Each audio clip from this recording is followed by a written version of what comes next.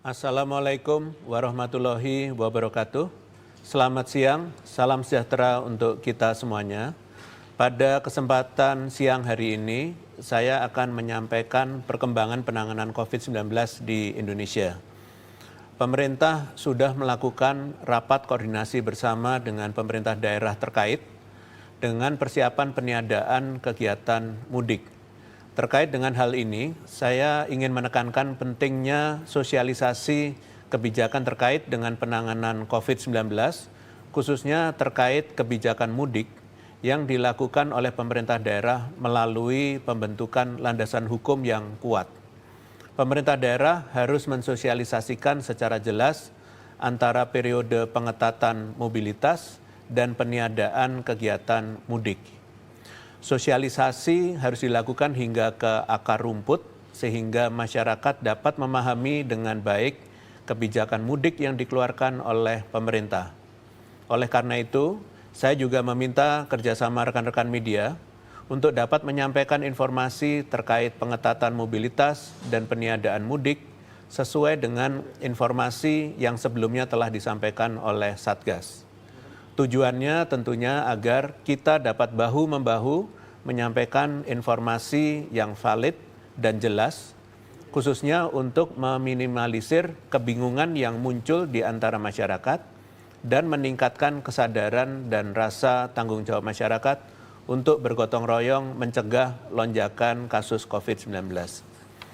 Saya hendak menyampaikan sekali lagi bahwa pada tanggal 22 April sampai dengan 5 Mei 2021, semua kegiatan perjalanan masih diperbolehkan dengan pengetatan mobilitas melalui syarat hasil negatif COVID-19 yang berlaku 1 kali 24 jam.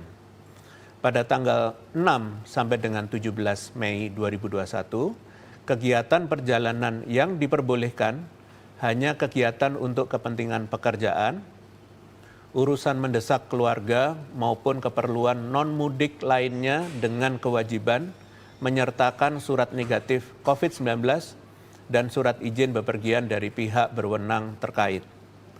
Kedua dokumen ini akan diperiksa oleh petugas di lapangan. Dalam periode ini, perjalanan mudik dilarang. Pada tanggal 18 sampai dengan 24 Mei 2021, akan kembali diberlakukan peraturan sesuai periode sebelum peniadaan mudik. Satu poin penting yang ingin saya tekankan, mengingat banyak pertanyaan di masyarakat terkait kegiatan pariwisata di tanggal 6 sampai dengan 17 Mei 2021. Kegiatan tersebut hanya bisa dilakukan di kabupaten kota asal domisili atau dalam satu kawasan aglomerasinya masing-masing, karena perjalanan lintas batas daerah tidak diperbolehkan.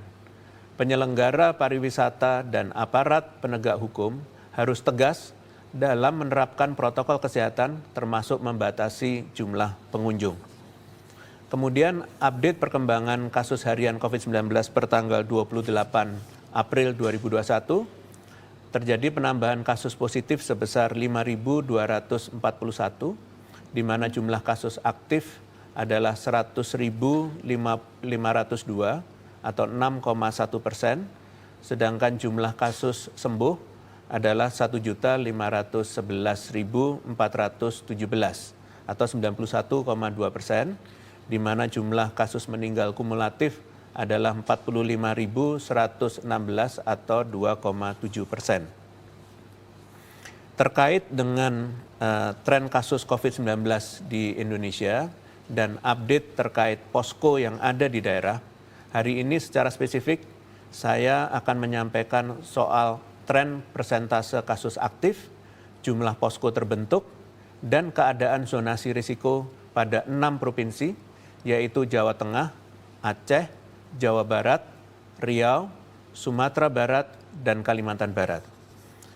Pada Provinsi Jawa Tengah, terjadi konsistensi penurunan persentase kasus aktif selama 4 minggu terakhir, yang dibarengi dengan terus bertambahnya jumlah posko hingga mencapai 4.463 posko per tanggal 25 April. Hal ini menjadikan Jawa Tengah sebagai provinsi dengan jumlah posko terbanyak di Indonesia. Pada Provinsi Aceh, sempat terjadi kenaikan persen kasus aktif, kemudian konsisten menurun selama 3 minggu. Hal ini dibarengi dengan jumlah posko terbentuk yang meningkat cukup tajam dari yang pada minggu ketiga jumlahnya hanya 352 posko menjadi 3.211 posko di minggu keempat.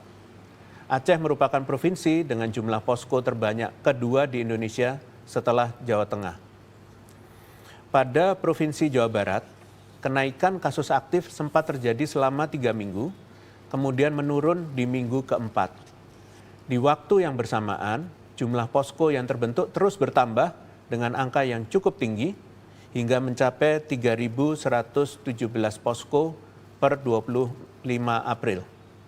Provinsi Jawa Barat menjadi provinsi dengan jumlah posko terbanyak ketiga di Indonesia. Ketiga provinsi ini menunjukkan perkembangan yang baik pada persentase kasus aktif yang terus menurun dan dibarengi dengan pembentukan posko yang cukup banyak jumlahnya. Zonasi di ketiga provinsi ini juga cukup stabil, di mana pada Provinsi Jawa Tengah dan Jawa Barat tidak ada kabupaten kotanya yang berpindah ke zona merah di minggu ini. Berbeda halnya dengan ketiga provinsi ini, 3 provinsi lainnya, yaitu Riau, Sumatera Barat, dan Kalimantan Barat, menunjukkan perkembangan yang kurang baik dari persentase kasus aktif maupun zonasi risikonya. Ketiga provinsi ini menunjukkan peningkatan persentase kasus aktif yang konsisten selama 4 minggu terakhir, dengan 2 atau lebih kabupaten kotanya berpindah ke zona merah di minggu ini. Jumlah posko di ketiga provinsi ini juga cenderung masih sedikit jika dibandingkan dengan jumlah posko di Jawa Tengah, Aceh, dan Jawa Barat yang sebelumnya saya sampaikan. Hingga tanggal 25 April, tidak lebih dari 50 posko yang terbentuk di masing-masing provinsi ini. Dapat ditarik pembelajaran bahwa posko yang berfungsi dengan baik terbukti dapat menurunkan jumlah kasus. Dibuktikan dengan tren kasus aktif yang menurun seiring dengan naiknya jumlah posko yang terbentuk. Sebaliknya, provinsi dengan jumlah posko yang sedikit mengalami kenaikan persen kasus aktif. Keadaan ini berdampak juga pada zonasi risikonya yang menunjukkan perubahan ke zona merah pada beberapa kabupaten kota di dalamnya karena kurangnya jumlah posko. Maka dari itu, saya ingin mengingatkan kepada seluruh provinsi untuk memastikan terbentuknya posko di tingkat desa atau kelurahan dan memastikan fungsi aktif dari posko yang ada di wilayahnya masing-masing. Maksimalkan kinerja posko dengan rutin melakukan monitoring kepatuhan protokol kesehatan, serta edukasi masyarakat terkait COVID-19, sehingga dapat menekan penularan dan jumlah kasus aktif dapat segera turun.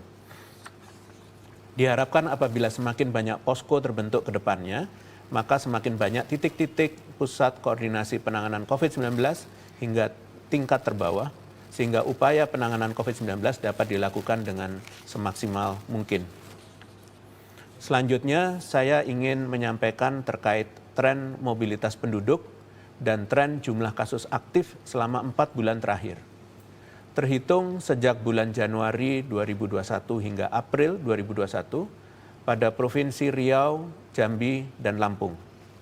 Ketiga provinsi ini menunjukkan tren peningkatan mobilitas penduduk ke pusat perbelanjaan yang beriringan dengan tren peningkatan jumlah kasus aktif, khususnya pada rentang waktu tanggal 1 sampai dengan 12 April 2021. Di Provinsi Riau, kenaikan mobilitas penduduk yang hanya sebesar 7% ternyata diiringi dengan kenaikan jumlah kasus aktif mingguan hingga sebesar 71% pada periode yang sama. Sedangkan di Jambi, kenaikan mobilitas penduduk sebesar 23% yang diiringi kenaikan jumlah kasus aktif mingguan sebesar 14%. Selanjutnya di Lampung, kenaikan mobilitas penduduk mencapai 33% dan diiringi dengan kenaikan jumlah kasus aktif mingguan sebesar 14%. Hal ini menunjukkan bahwa peningkatan mobilitas penduduk akan meningkatkan penularan di tengah masyarakat. Mengingat data telah menunjukkan mobilitas penduduk memiliki dampak negatif di tengah situasi pandemi ini, saya harapkan hal ini dapat menjadi pengingat bagi kita semua untuk lebih waspada dan berhati-hati dalam bepergian, khususnya menjelang periode libur Idul Fitri. Seperti tahun-tahun sebelumnya, periode libur Idul Fitri selalu erat berhubungan dengan peningkatan mobilitas penduduk seiring dengan adanya tradisi mudik di negara kita ini. Satgas mengerti, mudik merupakan sarana pelepas rindu yang sangat dinantikan oleh masyarakat setiap tahunnya. Satgas juga memahami di tengah situasi pandemi, tentunya kerinduan kita pada sanak saudara lebih besar mengingat intensitas bertemu sepanjang tahun mungkin berkurang secara drastis. Meski demikian, Satgas juga menimbang kembali risiko yang nantinya harus diambil, utamanya risiko kehilangan orang terdekat apabila memaksakan diri untuk mudik dalam situasi pandemi seperti ini. Penting untuk kita pahami bahwa setiap orang memiliki lingkar interaksi yang berbeda-beda dan kita sangat sulit melacaknya satu persatu. Dan disitulah peluang penularan ada.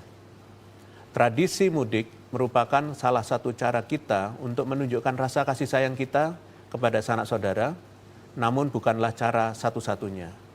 Di tengah situasi pandemi ini, cara paling bijaksana untuk menunjukkan rasa kasih sayang tersebut adalah lewat melindungi sanak saudara kita, utamanya mereka yang berusia lanjut dari risiko tertular COVID-19. Sekali lagi, Satgas sangat memahami keputusan untuk tidak mudik adalah keputusan yang berat. Meskipun demikian, Satgas optimis masyarakat Indonesia adalah masyarakat yang cukup dewasa dan mampu mengambil keputusan terbaik, yaitu keputusan untuk sama-sama saling melindungi keluarga dan orang-orang di sekitar kita. Selanjutnya saya ingin menyampaikan terkait dengan angka kematian. Seperti yang sempat saya sampaikan pada konferensi pers yang lalu, bahwa saat ini persentase kematian di Indonesia adalah sebesar 2,7% dan telah bertahan selama lebih dari 2 bulan, terhitung sejak awal Februari 2021. Saya akan menyampaikan lebih dalam lagi mengapa angka ini dapat bertahan lama dan sulit untuk diturunkan. Angka kematian ini didapatkan dengan membandingkan jumlah kematian sejak awal pandemi dengan jumlah kasus positif COVID-19 sejak awal pandemi. Dengan perbandingan ini, maka angka kematian dapat berpotensi untuk diturunkan apabila jumlah kematian tidak terus meningkat atau peningkatannya tidak lebih tinggi dari tren peningkatan kasus positif COVID-19. Salah satu cara yang dapat dilakukan adalah dengan menjaga agar setiap kasus positif yang baru terkonfirmasi, seluruhnya dapat sembuh dan tidak ada yang meninggal sama sekali. Hal ini bukanlah tidak mungkin. Apabila kita dapat bergotong royong dalam penanganan COVID-19, utamanya dalam perawatan pasien COVID-19, baik pasien dengan gejala ringan, sedang, hingga berat.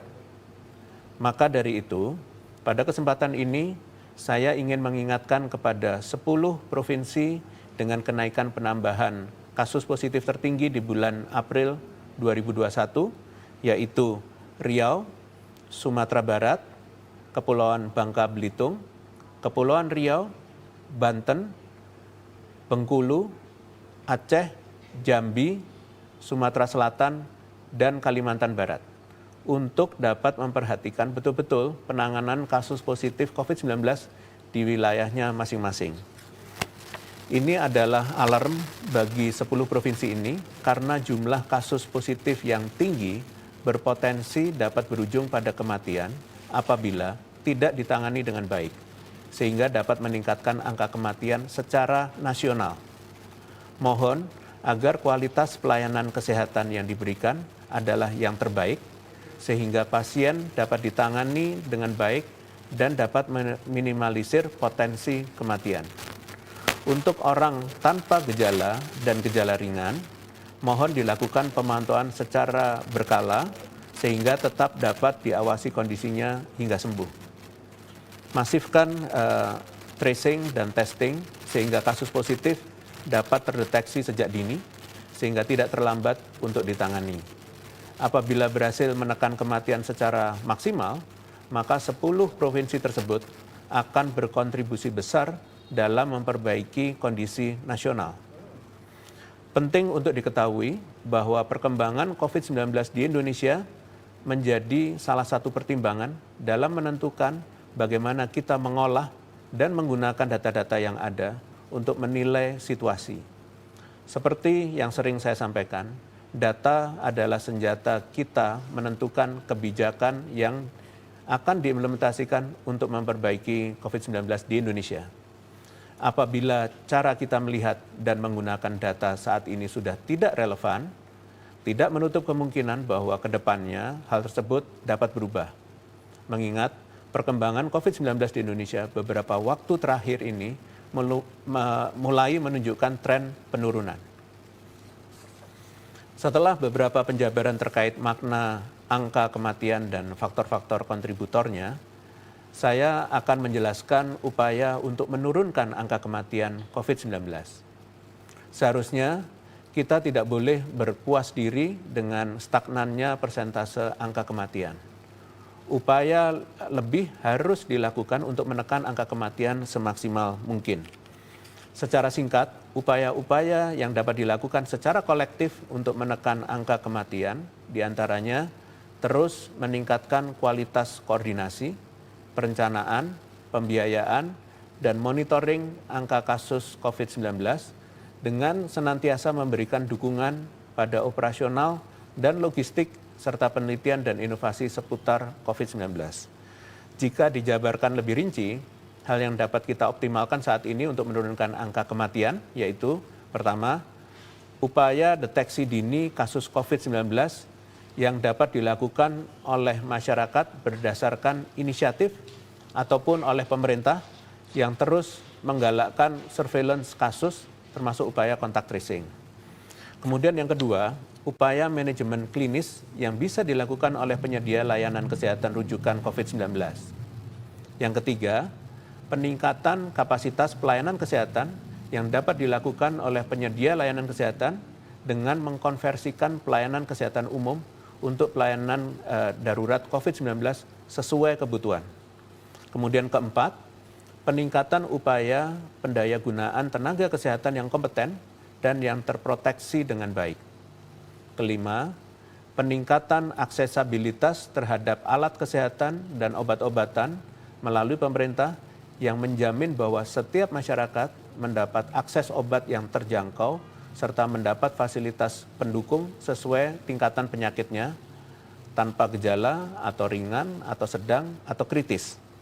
Dan yang keenam, yang terakhir, upaya vaksinasi yang dapat dilakukan oleh pemerintah menyusun susunan prioritas vaksinasi berdasarkan analisis risiko yang cermat dan presisi.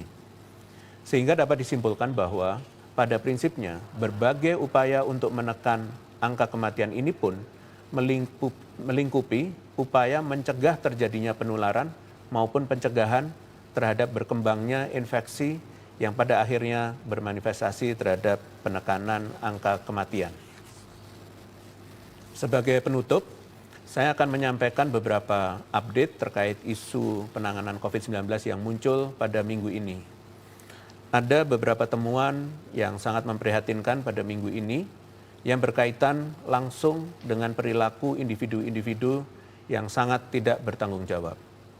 Temuan pertama yaitu pada hari Rabu tanggal 28 April 2021, di mana Polda Sumatera Utara berhasil mengungkap pemalsuan tes antigen yang terjadi di Bandara Kuala Namu, Medan, Sumatera Utara. Satgas mengecam pelaku pemalsuan alat antigen ini dan mendukung kepolisian untuk menindak secara tegas para pelakunya. Pemalsuan alat tes antigen ini adalah bentuk tindakan yang tidak dapat ditolerir karena pelakunya secara sadar membahayakan nyawa manusia. Temuan ini harus menjadi temuan yang terakhir. Oleh sebab itu, saya ingatkan agar penyedia layanan tes antigen tidak bermain-main dengan nyawa manusia dan lakukanlah testing sesuai dengan prosedur yang telah ditetapkan. Apabila ada yang berani untuk melakukan tindakan serupa, Satgas pastikan akan ada konsekuensi penindakan tegas dari aparat kepolisian bagi para pelakunya. Temuan kedua adalah temuan mafia karantina yang terjadi di Bandara Soekarno-Hatta. Sekali lagi, dalam kasus ini kita temui individu yang tidak bertanggung jawab, yang secara sadar dan sengaja mengancam keberlangsungan hidup orang banyak demi keuntungan pribadi. Satgas sangat mendukung upaya kepolisian untuk menindak tegas orang-orang yang terlibat dalam kasus ini.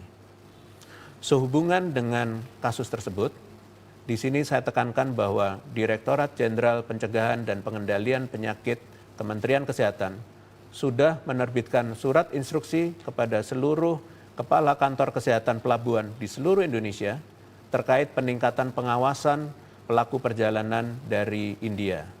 Selain itu, pemerintah melalui Direktorat Jenderal Imigrasi Kementerian Hukum dan HAM telah melarang masuknya warga negara asing yang memiliki riwayat perjalanan dari India dalam kurun waktu 14 hari terakhir. Oleh karena itu, saya meminta kepada masyarakat untuk dapat mematuhi kebijakan ini.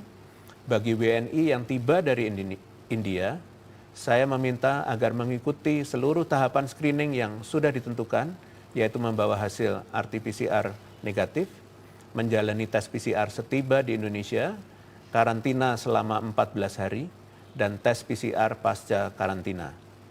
Selama masa pengetatan tersebut, petugas telah menemukan 12 warga negara India yang terinfeksi COVID-19 dan saat ini tengah dilakukan proses whole genome sequencing untuk meneliti varian COVID-19 yang menginfeksi 12 WNA tersebut.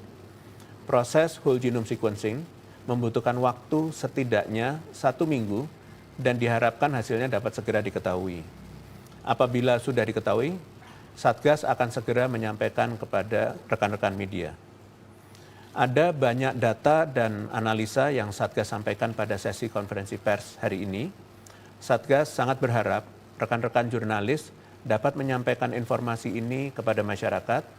Satgas juga sangat berharap segala informasi yang disampaikan pada hari ini dapat dijadikan motivasi agar kita semua dapat lebih baik lagi menangani pandemi COVID-19 di Indonesia.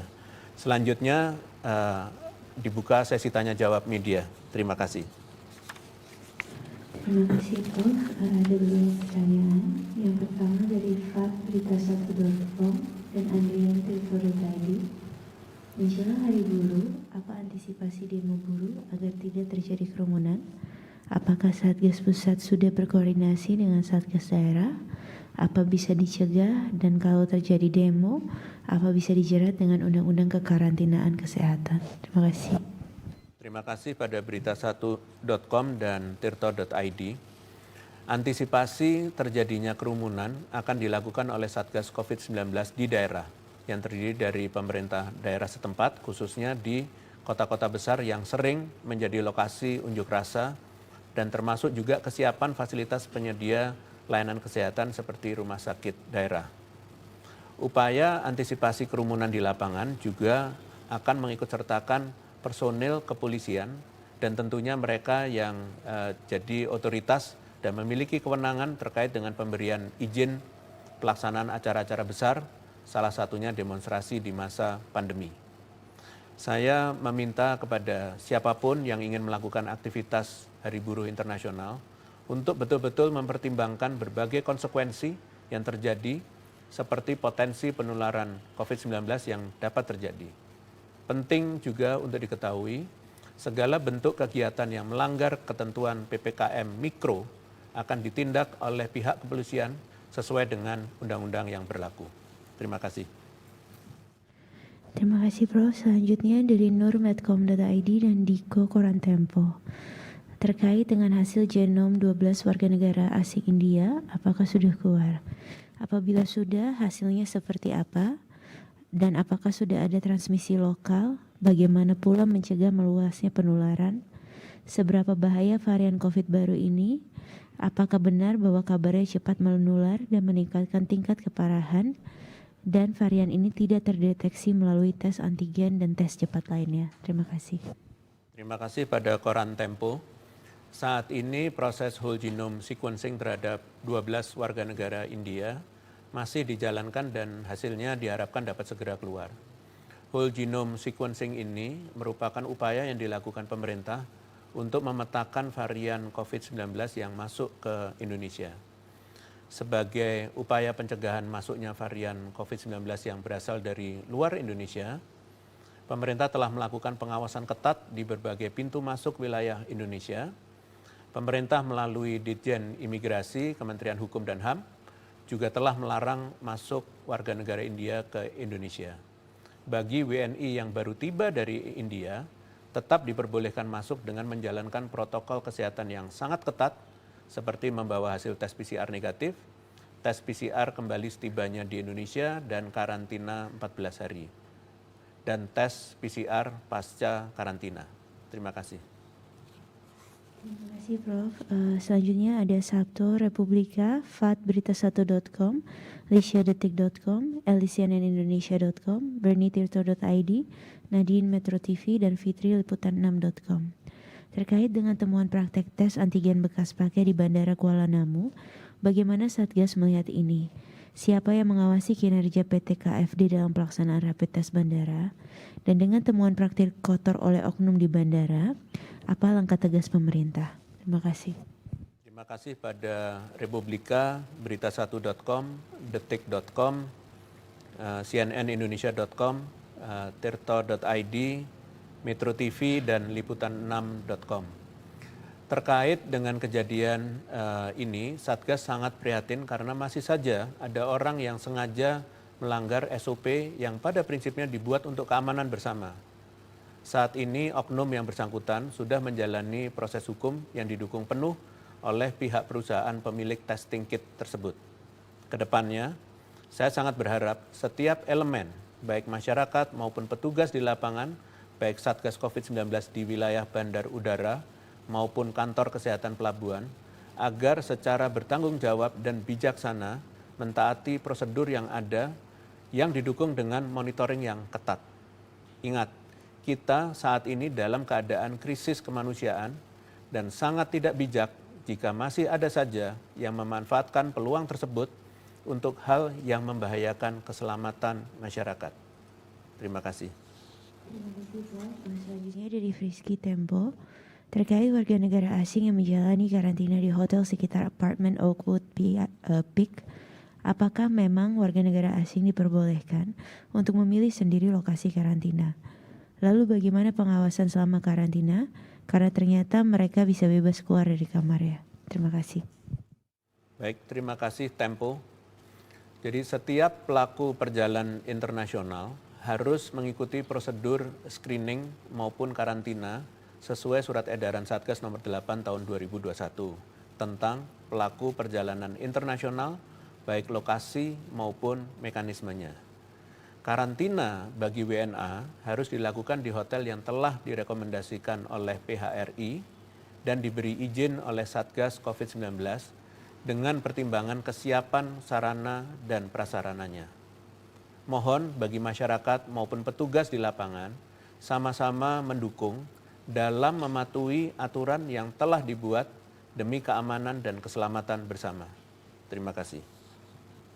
Terima kasih Prof. Selanjutnya dari Nadine Metro TV, izin bertanya terkait update vaksinasi. Terkait vaksin Anhui dari Cina, sudah ada kerjasama resmi dengan pemerintahkah? Lalu bagaimana sikap pemerintah terkait penyetopan vaksin AstraZeneca di Malaysia akibat adanya beberapa kasus pembekuan darah? Terima kasih. Terima kasih Metro TV. Sejauh ini Indonesia belum memiliki rencana bekerja sama dengan vaksin tersebut, namun tidak menutup kerjasama dengan pihak manapun selama vaksin tersebut sudah teruji efektivitasnya dan keamanannya. Lalu terkait kemunculan efek negatif dari AstraZeneca, mengingat kemunculan kasus serupa tidak signifikan terjadi dan mampu ditangani dengan pelayanan kesehatan lanjutan, maka sampai saat ini Indonesia belum memiliki rencana untuk memberhentikan vaksinasi ini demi mencapai kekebalan komunitas sesegera mungkin. Terima kasih. Terima kasih Prof. Pertanyaan terakhir dari Fitri Liputan6.com. CDC mengeluarkan panduan terbaru yaitu boleh melepas masker, khususnya bagi warga negara Amerika Serikat yang sudah lengkap vaksinasi COVID-19. Bagaimana Indonesia menyikapi hal tersebut saat ini? Terima kasih. Terima kasih liputan6.com. Pemerintah tentunya menghormati panduan yang dikeluarkan oleh CDC Amerika. Namun demikian, perlu diingat, kondisi di Amerika Serikat berbeda dengan kondisi di Indonesia. Walaupun sudah mendapatkan vaksin, pemerintah tetap mewajibkan masyarakat untuk mematuhi protokol kesehatan termasuk memakai masker. Sampai saat ini, pemerintah belum bisa memastikan bahwa semua penerima vaksin 100% kebal dari COVID-19. Baik, dengan demikian selesai konferensi pers pada sore hari ini. Terima kasih atas perhatiannya. Selamat sore. Wassalamualaikum warahmatullahi wabarakatuh.